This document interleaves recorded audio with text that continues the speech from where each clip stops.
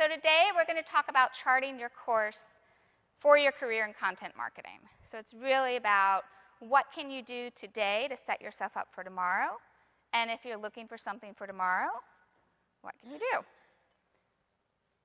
Play. There we go.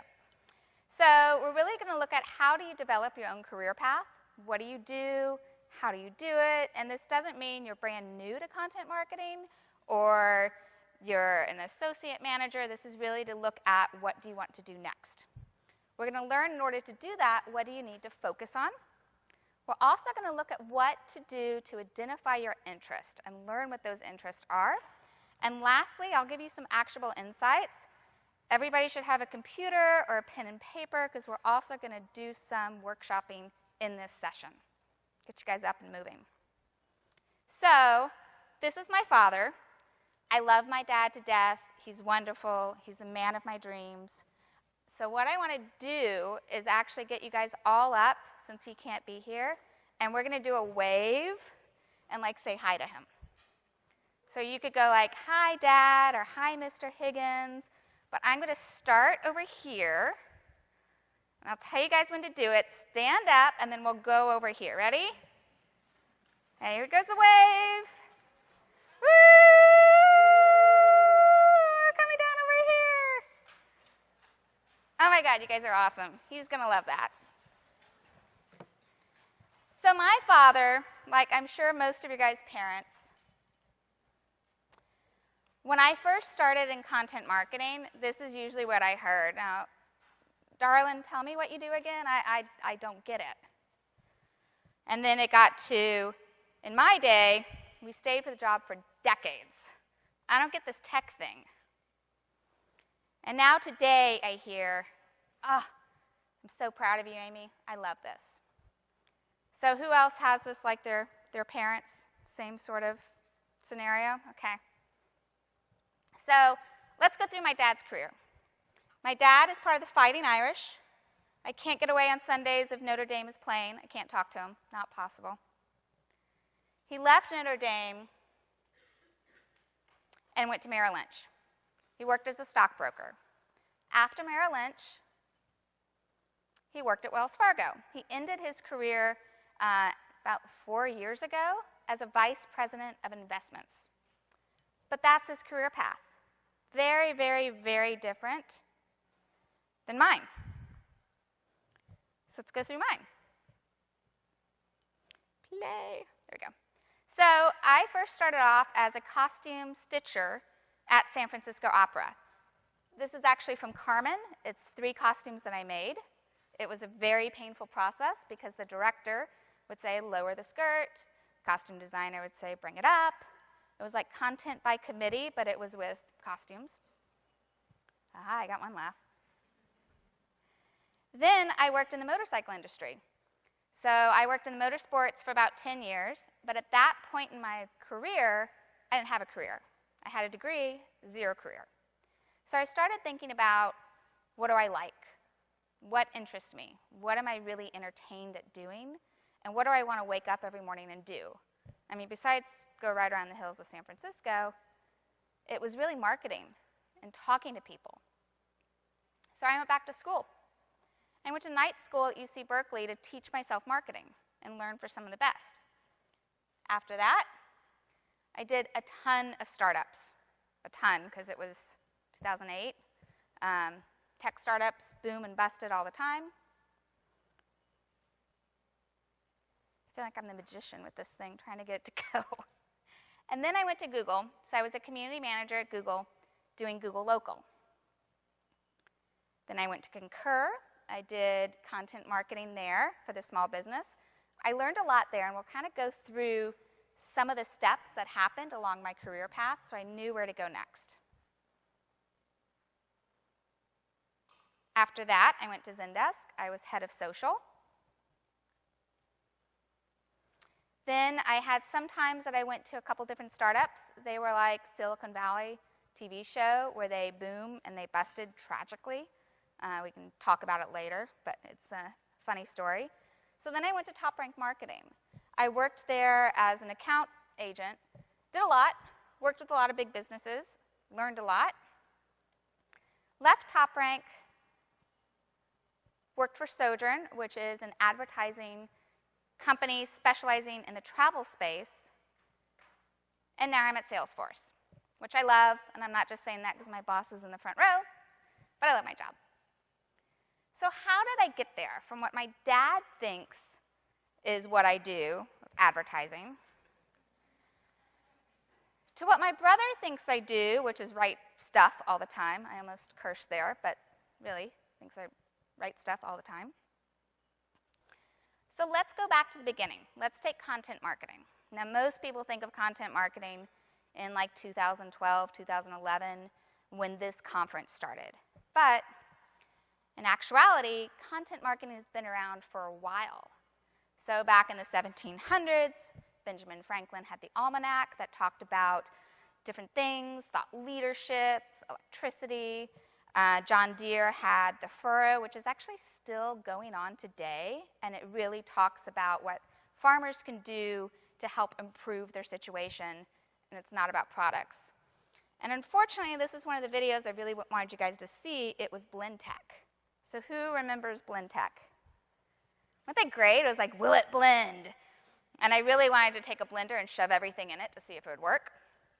But that was content marketing. So I started thinking about, has my career really grown up with content marketing? So I started looking at content marketing overall. Now this is a screenshot from Google Trends, which I love to use, proves a lot of points. And you can see from when content marketing world started in 2011, it started skyrocketing. But what about our jobs? What does it mean for us? How did that change? So back to Google Trends I went. Content marketing jobs also started going up and up and up. And this is something I found interesting. So this is from Contently and Conductor did research last year, and they found a 33% year-over-year growth in content marketing. Just think about that. Think about my father, who went from stockbroker to VP of investments to, 2 jobs his entire career. So I wanted to know more. You guys have kind of briefly heard about my career. I don't know about all of yours, but I wanted to know about people who are here. How have their content marketing jobs changed? So I asked them. I sent out a survey. A lot of the people, I've skipped one. Let's go back. Come on. Technical difficulties into the day. Tune in Tokyo, come on. Yeah, we'll go through it in a minute. Overall, I had 50 content marketers who took my survey. 96% of them are part of B2B companies, and that's probably because that's my network. And this list, I'm not going to read them all. You guys can look at it. They all came from different backgrounds, which I found very surprising, because you think you start in journalism or English literature or costume design, and you go into content marketing. But they all came from different backgrounds, and they've all done different jobs. So this is that entire list done kind of in a graph where you can see. So most of them have done content marketing. I had a couple people that actually came from an engineering background. I had a couple people who came from UX writer, technical writer, program manager, product manager. Different companies have all these different departments, and a lot of those people are now starting to become content marketers. And definitely all of them are interested in what we're doing. So what's changed? How have all these jobs come around? How are people changing? How can we change? Main thing, people get it. How many people here, their team understands that content marketing is needed? So about 75%.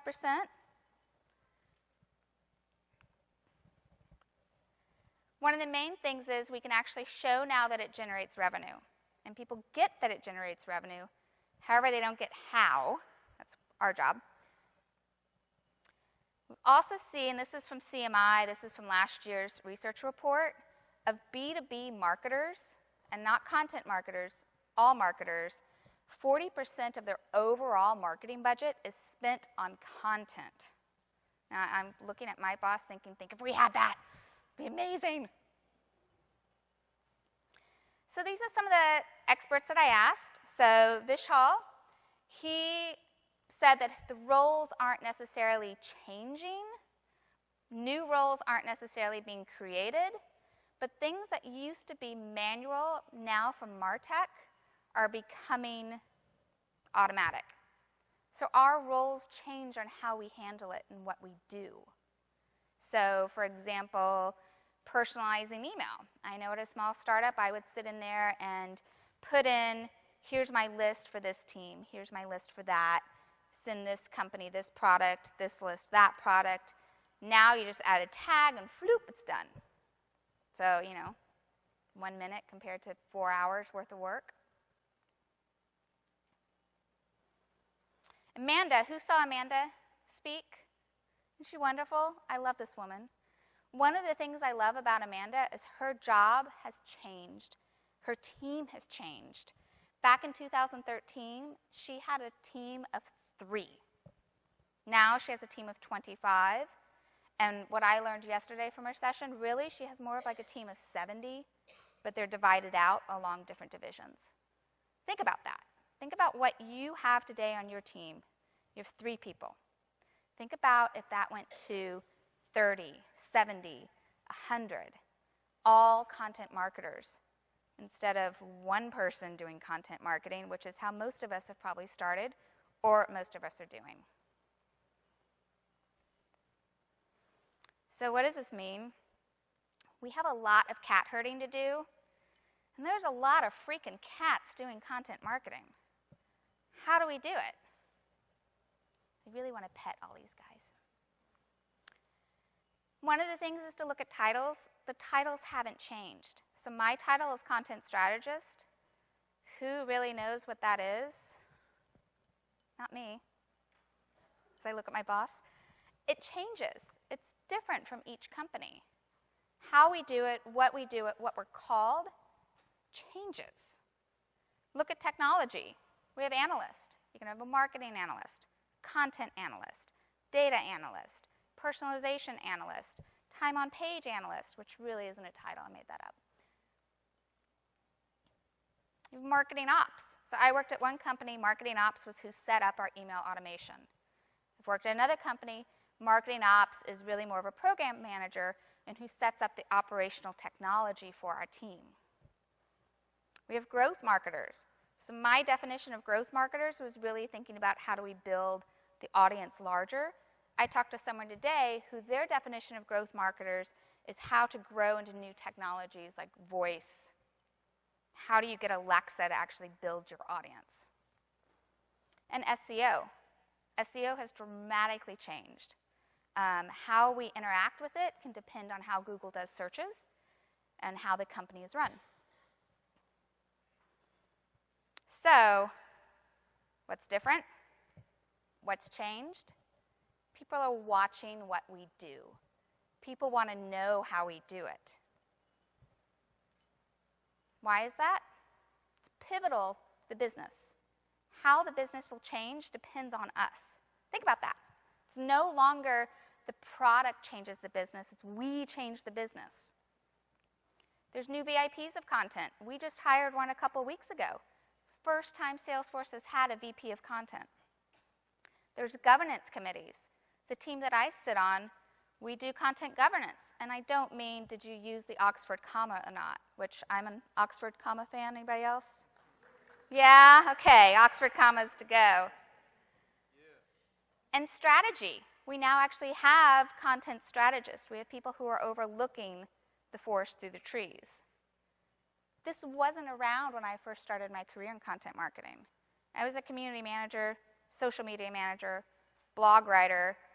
I never thought I could be a VP of content. So let's look at Martin. Martin I've known forever, and the reason I put this quote up here, I'm going to pause so you guys can read it.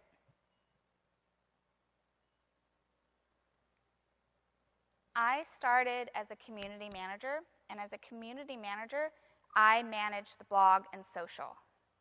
Now Martin, when I talked to him, he started as a social media manager, and now he's a community manager, and he's managing more about engagement. So offline and online engagement. How can content go beyond just being broadcasted on social to how can it be engaged with? How do comments work? How do people talk to each other? Same title, two different ways of looking at the job. Sarah, so this is one thing, this is definitely true for me. Her role has become more strategic. It's not just write this blog, but how will this blog impact my community? How will it drive the business? And how can I move the company in meaningful ways? Remember, we're not just like product pushes the company. What we do can actually impact the company.